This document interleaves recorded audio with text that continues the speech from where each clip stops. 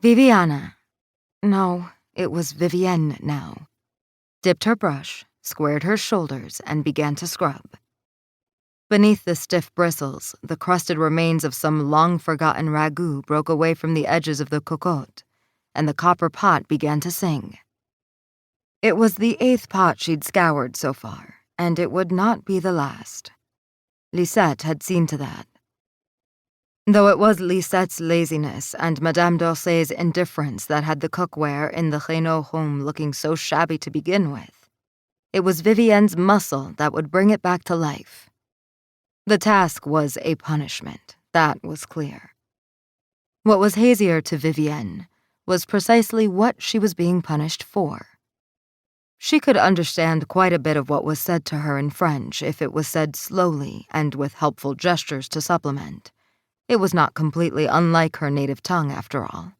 But Madame d'Orsay only occasionally released her tightly clasped hands to point, and Lisette spoke so fast Vivienne was lucky to pull 2 or 3 clear words from any given sentence. She suspected Lisette did this on purpose. Whatever she'd done wrong, Vivienne was sure she'd do it again. Or if not that, something else. Her new employer seemed as difficult to please as her last one, if she could call the last one an employer. She certainly had not been paid for her service.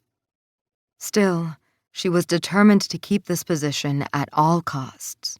She could not go back to living on the streets of Toulouse, and she could not go back home. Ever.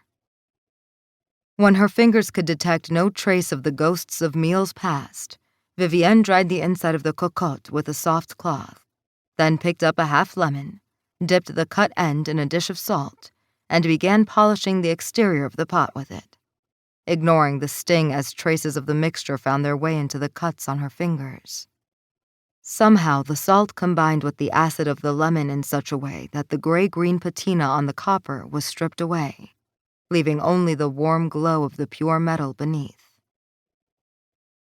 If only it was so easy to remove the tarnish on a life, to scrape the memories of the past decade. No, more than that. From one's mind, leaving only the good parts behind. It was a silly notion. If such a thing were possible, Vivienne would find little of herself left at the end of the process.